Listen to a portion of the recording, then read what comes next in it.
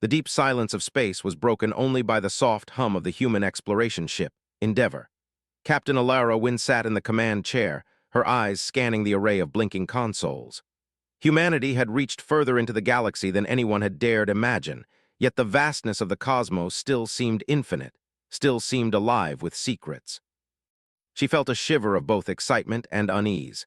This mission, unlike any other, was not just exploration, it was a test. It began 3 days ago. The ship had detected a signal, not of distress, but of precision. It was organized, almost musical, unlike any natural phenomenon. When they traced it, the source wasn't a planet, not a station, but a vessel, alien, massive, and glimmering with colors beyond human perception. It drifted silently near the edge of the Epsilon sector, a place humans had charted but rarely approached. The alien craft didn't respond to hails at first. Then, as if curious, a voice, not words exactly, but a pattern of sounds comprehensible in meaning, entered their communication systems. "Humans," it said, soft and strangely amused, "you have traveled far, but how much do you truly know of yourselves?" She had been trained for diplomacy for first contact, but there was something unnerving about the voice. It wasn't threatening, yet it carried weight, like a predator questioning the courage of its prey. "I am Captain Alara Wynn of the Endeavor, representing the United Terran Federation," she replied. "We mean no harm. Can you identify yourself? Not with weapons, not with colonies, not with fleets, with what you cannot fake. Adaptation, ingenuity, will. I will place obstacles before you, overcome them, and I will consider your species worthy. Fail, and you shall return home with only memory of your limitations." It was a test, yes, but it was also an opportunity to show humanity's strength, intelligence, and spirit. The first challenge appeared within hours. The alien ship had moved closer, orbiting a small, uncharted planet with a storm-choked atmosphere. Talrin's communication came again. "The world you see holds resources, vital ones, but it is not safe. You must retrieve what I specify without the use of violence. Survival alone will not suffice. Strategy and cooperation will reveal your truth." Sensors detected strange life forms, creatures neither fully animal nor entirely plant, capable of swift, aggressive movements. Alara led the first team down in a shuttle, her heart pounding with a mix of fear and exhilaration. They landed in a clearing, battered by constant rain that stung like needles. Their mission: retrieve crystalline nodes that glowed faintly amidst the rocks. These nodes were the alien-specified resource, mysterious but clearly important. At first, it seemed simple. They followed the readings, collected the nodes, and retreated. But the planet had its own defenses. Cracks in the earth would open without warning, emitting clouds of corrosive gas. Strange predators emerged from the mist, their movements unnerving in their speed and intelligence. The team had to think fast. They used their knowledge of physics, teamwork, and improvised tools to navigate the terrain. When one of the nodes fell into a pit of bubbling acid, Ensign Malik hesitated. "We can't reach it," he said. Alara's mind raced. They didn't have a mechanical arm long enough, and the acid would destroy any standard equipment. Then she saw a formation of rocks shaped like a natural bridge. With ropes and careful coordination, the team formed a human chain, maneuvering the nodes safely. The creatures nearby watched but did not attack. Somehow, Talrin's challenge was more about observation than combat. Hours later, drenched and exhausted, the team returned to the shuttle with the nodes intact. Talrin's voice greeted them again. "Interesting, coordination, ingenuity, courage, yet you have only begun to reveal yourselves." Talrin's challenges promised escalation. Over the next 2 days, the alien ship conducted subtle tests aboard the Endeavor itself. Systems would fail momentarily, not fatally, but enough to require quick thinking. Gravity in certain sections fluctuated. Sensors showed phantom objects in the corridors. The crew, already tense, found their trust in one another tested. And through it all, Talrin watched. "You are clever," the alien said once through the communications array, the voice softer this time. "You cling to your logic, your structure, yet what of chaos? Can you thrive where rules bend? Where other species might panic, humans cooperated. Where others might rigidly follow protocols, humans improvised. Each obstacle revealed not weakness but resourcefulness, and Talrin's amusement seemed genuine now, tinged with curiosity. But the final trial of Part 1 approached unexpectedly. During a routine orbit check near a cluster of meteor debris, the alien ship initiated a direct intervention. Endeavor's engines shut down completely, leaving the ship adrift in a dense field of tumbling rocks. The crew scrambled to react. Alarms blared, systems flickered. One wrong move could shatter the hull. "Focus!" Alara shouted. "Engines offline, shields at 50%, plot a course manually. I want everyone on station now." Engineers worked at broken consoles. Navigators adjusted trajectory with nothing but intuition, and Alara herself coordinated with calm authority that seemed almost superhuman under the pressure. When the last meteor cleared and the Endeavor emerged intact, there was a stunned silence. Then the communications array crackled with Talrin's voice, quieter now, almost reverent. "You endure what is designed to destroy you. You adapt where instinct alone fails. This is impressive, the beginning of understanding." Humanity had begun to reveal its potential to this alien observer.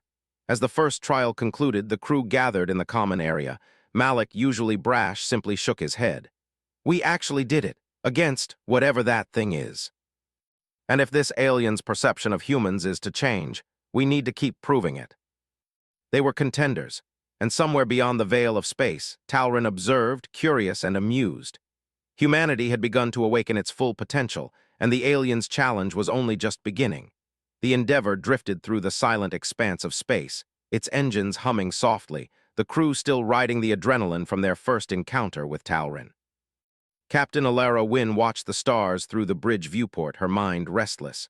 Talrin had not only challenged them, it had seen them succeed. Yet Alara knew this was only the beginning. The aliens' tests were escalating, and survival alone would not be enough next time. 3 days later, Talrin initiated the second challenge. The alien ship approached Endeavor again, this time stationary near a small, ringed planet. Its presence was imposing, a shimmering monolith against the void. "Humans," Talrin's voice came, calm and deliberate, "you have shown survival and ingenuity, but these are familiar traits. The next challenge is perception, creativity, and moral judgment. You will face a scenario where every decision shapes not only your lives, but the fate of others." The alien did not provide instructions, only a scenario, and it was already unfolding. On the planet below, a sprawling network of cities sprawled across vast plains. Drones from the alien ship began transmitting images of the planet's inhabitants. They were humanoid in appearance, but fragile, technologically advanced, yet clearly dependent on structured social systems. Talrin explained their predicament. A natural disaster, volcanic eruptions and floods, was imminent. "You must intervene," the alien said. "Your choices will be recorded and observed. Success is measured not by outcomes alone, but by the wisdom of your actions. We have to choose where to act first." Each idea was valid, but resources were limited, and choices would have consequences. They divided into specialized teams.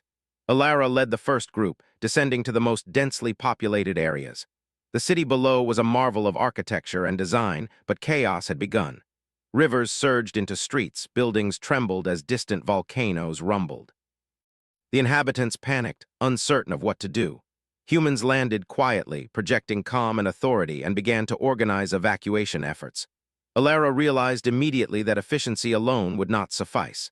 The inhabitants were intelligent, capable of following complex instructions, but they were also fearful. Orders shouted would only create confusion. Instead, the humans demonstrated techniques of guidance and trust.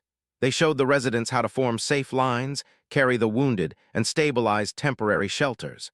Lyra coordinated with engineers to deploy lightweight protective barriers, while Malik used drones to lift debris-blocking escape routes. Time was relentless. Lava flows crept closer to settlements, and floods advanced with frightening speed. Every decision mattered. The humans faced moral dilemmas constantly: which areas to prioritize, whom to save first, and how to allocate their limited supplies. Arguments arose within the crew, tempers flaring under stress. Yet Alara's calm reasoning, her insistence on collaboration rather than command, held the team together. "Every choice matters," she reminded them. "We're not just saving lives, we're showing the aliens what humanity can do, our intelligence, compassion, and ingenuity combined." Hundreds of inhabitants had been relocated to safety, shelters reinforced, and emergency supplies distributed. But challenges were far from over. In one sector, a group of residents refused to move, insisting their homes would withstand the disaster. They were stubborn, fearful, and distrustful of human intervention. Alara approached them carefully. "We understand your concern," she said, voice steady. But the danger is real. Stay here and you risk everything. Work with us and you increase your chances of survival. Seeing humans take calculated risks to protect them, the residents finally followed instructions. Trust had been earned, not demanded, a subtle, critical victory. Meanwhile, above the planet, Talrin observed. Curious, the alien murmured. Humans persuade, they adapt, not merely survive. They lead without domination, solve without force. Intriguing. Yet even without full connectivity, the teams coordinated by pre-established signals, running drills with practiced precision. Alara found herself at the center of a critical junction. Two evacuation routes converged near a narrow canyon. One path was blocked by debris, the other risked lava flow. She quickly assessed the risks, consulting with Malik and Lyra. With clear instruction and human ingenuity, they built makeshift bridges and guided the inhabitants through narrow paths, even rerouting rivers to prevent lava from reaching escape corridors.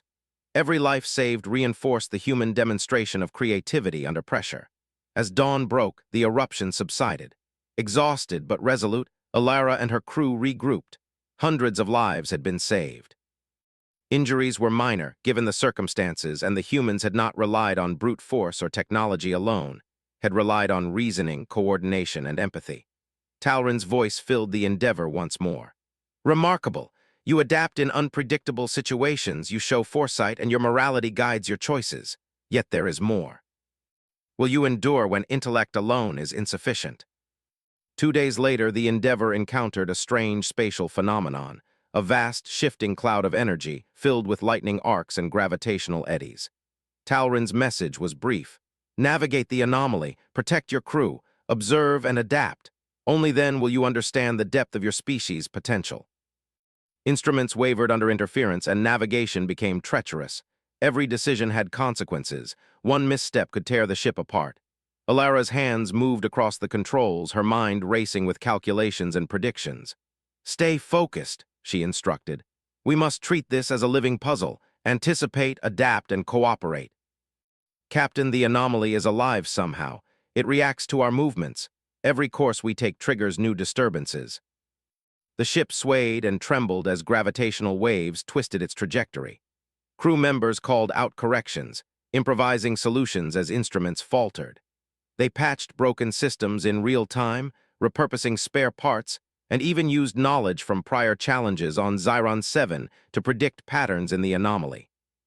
At one point, a sudden surge of energy disabled the Endeavor's primary thrusters. Without hesitation, the engineering team rigged auxiliary engines and recalibrated the energy grid. The ship shuddered violently, then stabilized. Alara realized, with a surge of pride, that the crew had evolved beyond simple training. They were thinking as a single organism, anticipating the anomaly's every move. As the final barrier of the anomaly neared, the humans faced one last decision: take a risk to escape quickly through a narrow corridor which could damage the ship but shorten exposure, or follow a safer, longer route that would stress supplies and morale. Alara made the call. We take the risk, but every system, every person, stay coordinated. Trust your training. Trust each other. They had survived, adapted, and thrived under conditions beyond human precedent. Talrin's voice, unusually soft now, echoed through the comms. You endure chaos, navigate uncertainty, and overcome adversity. You display courage, intelligence, and unity. I am intrigued. Humanity shows promise. But the aliens' praise doesn't mean we're finished. I can feel the next stage coming, bigger, harder, more demanding. Each challenge had revealed not only skill and intelligence, but character. Alara looked out at the stars, the glow of distant suns reflecting in her eyes. This is what humanity is, she thought. Not just surviving, but rising to challenges, solving problems, adapting, and caring for each other along the way. Talrin will see it soon enough. And when the final test comes, we'll show even more. They had proven in small ways that humanity's ingenuity and resilience could rise above fear and chaos. And somewhere beyond the veil of stars, Talrin observed still, calculating, fascinated. Humanity had survived not by brute force, but by intellect, adaptability, and compassion.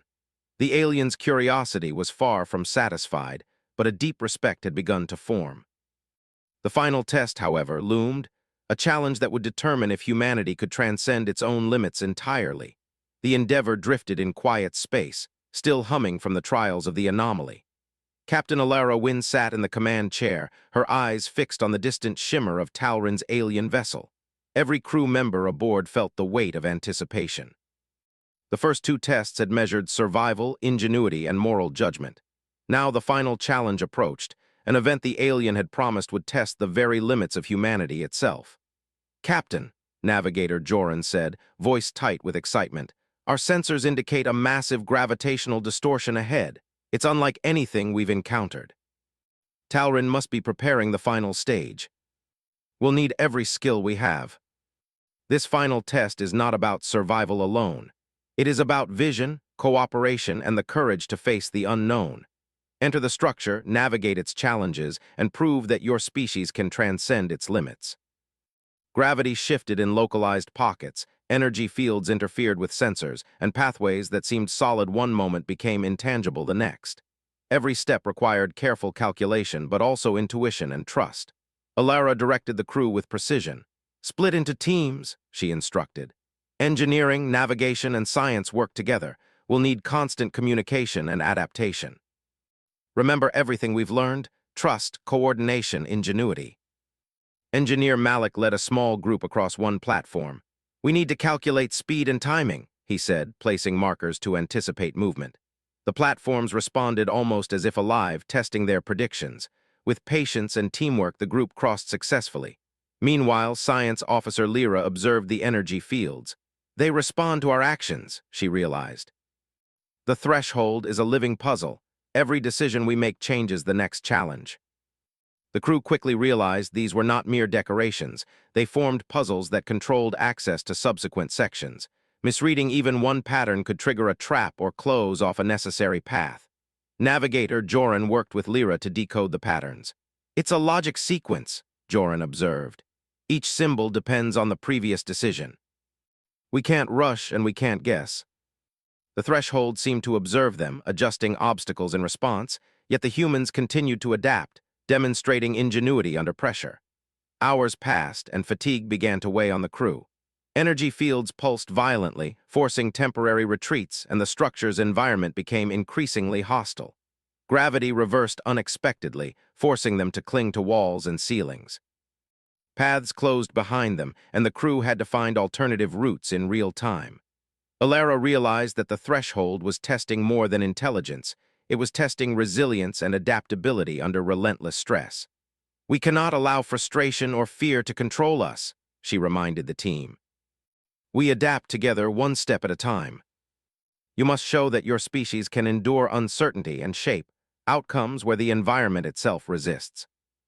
If we align our shields with the timing of the energy waves, we can pass through, but it will require perfect synchronization."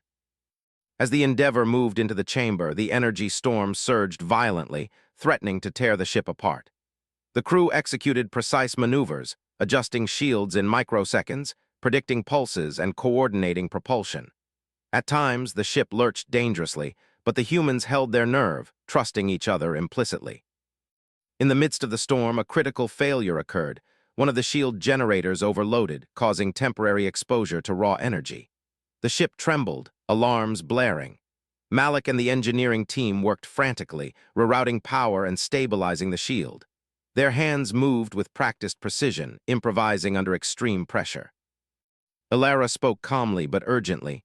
"Focus on recovery. We do this together. Every life aboard this ship matters.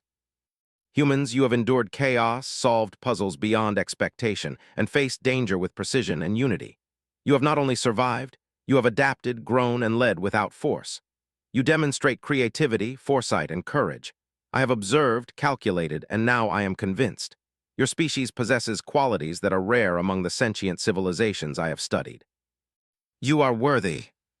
Humans, you are remarkable not because of strength alone, but because of your intellect, your compassion, and your ability to endure and adapt. Continue to grow, continue to explore. Your species has promise, and I will watch with interest." The threshold, Talrin's tests, and the challenges of Xiron 7 had not been just a trial. They had been a mirror, reflecting humanity's true strengths. Courage, ingenuity, moral judgment, and teamwork had guided them through every obstacle. The crew began repairs and preparation for the return journey. Discussions buzzed with excitement about the aliens' acknowledgement, and debates flourished about what the future might hold. Humanity had not only survived challenges designed to break civilizations, but had also impressed a far more advanced species. In the days that followed, Talrin maintained contact sporadically, sharing insights and guidance. The alien provided advanced techniques for problem-solving, navigation, and strategy, further expanding the crew's understanding. Each interaction reinforced the lesson that humanity's greatest strength lay not in technology or physical power, but in intellect, cooperation, and moral courage. Alara addressed her crew one last time before leaving the threshold. "We have proven what we can do not just as individuals but as a species. Remember this. Humanity thrives not because we dominate, but because we learn, adapt, and care for one another. This is our strength, and it is limitless." Humans had been tested, observed, and acknowledged by a species far beyond their comprehension. Yet the greatest revelation was within themselves, that they could face the unknown and rise, not by chance, but by the deliberate application of intelligence, courage, and compassion. As the stars stretched endlessly ahead, Alara felt a surge of hope. Humanity had stepped into the galaxy, not merely as survivors, but as contenders capable of challenges no one could predict. And somewhere beyond the veil of space, Talrin observed, still curious, still measuring, but with respect now firmly established. The journey had changed them all. The threshold had revealed the limits of danger, uncertainty, and chaos, and humanity had exceeded them. The galaxy awaited, full of unknowns and challenges, but the Endeavor and its crew knew one unshakable truth. Humanity could rise, adapt, and endure, no matter the test. For the first time, Alara felt that the species she represented had not only survived the stars, they had truly proven themselves. And in the vast, quiet cosmos, the echo of human ingenuity, courage, and unity resonated, a signal far stronger than any weapon or fleet. It was the enduring proof that humanity, when faced with the impossible, could rise beyond expectation.